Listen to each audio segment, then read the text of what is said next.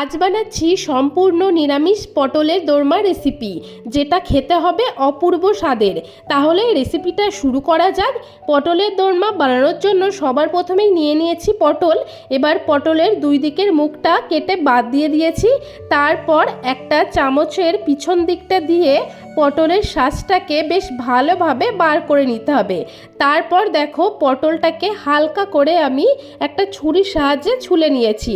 দেখো এখানে সব পটলগুলো কিন্তু আবার রেডি হয়ে গেছে। এরপর কড়াইয়ের মধ্যে দিয়ে দিয়েছি সর্ষের তেল। তেলটাকে ভালোভাবে গরম করে নিয়েছি। তারপর দিয়ে দিয়েছি পটল আর অল্প একটু লবণ আর হলুদ গুঁড়ো দিয়ে দিয়েছি।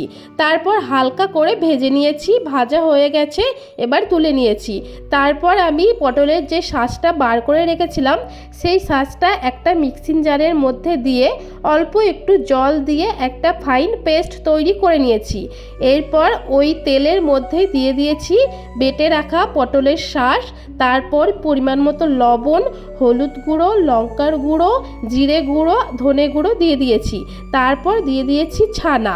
এরপর ভালোভাবে মশলার সাথে কষিয়ে নিয়েছি।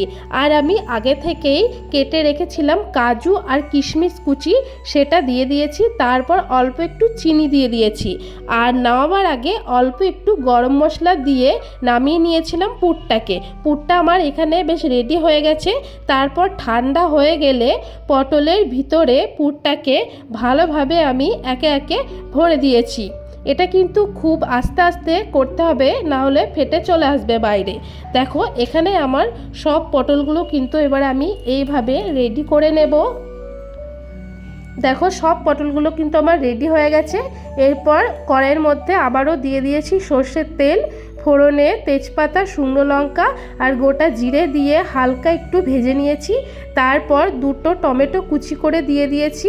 এরপর দিয়ে দিয়েছি অল্প একটু আদা বাটা, পরিমাণ মতো লবণ, হলুদ গুঁড়ো, জিরে গুঁড়ো, ধনে গুঁড়ো আর দিয়ে দিয়েছি অল্প একটু লঙ্কার গুঁড়ো। এরপর মশলাটাকে ভালোভাবে কষিয়ে নিয়েছি। আর একটু পরিমাণে দিয়ে দিয়েছি ছানা। এরপর ছানা দেওয়ার পরে বেশ আবারও কিছুক্ষণ ধরে মশলাটাকে কষিয়ে নিতে হবে যতক্ষণ না তেল ছেড়ে আসছে। দেখো মশলা থেকে তেল ছেড়ে আসলে এবার পরিমাণ মতো জল দিয়ে দিয়েছি। তারপর ঝোলটা ফুটে আসলে পটলগুলো দিয়ে দিয়েছি ঝোলের মধ্যে। তারপর ঢাকা দিয়ে রেখেছিলাম 15 মিনিট মতো একদম লো ফ্লেমে। 15 মিনিট পরে উপর থেকে দিয়ে দিয়েছি গরম মশলা আর একটু ঘি। তাহলেই কিন্তু রেডি হয়ে যাবে পটলের দোরমা। কেমন লাগলো তোমরা জানাবে। আর তোমরাও কিন্তু বাড়িতে অবশ্যই এই রেসিপিটা ট্রাই করবে। খেতে কিন্তু বেশ ভালো হয়েছিল। আর ভালো লাগলে আমার চ্যানেলটিকে করবে। টাটা।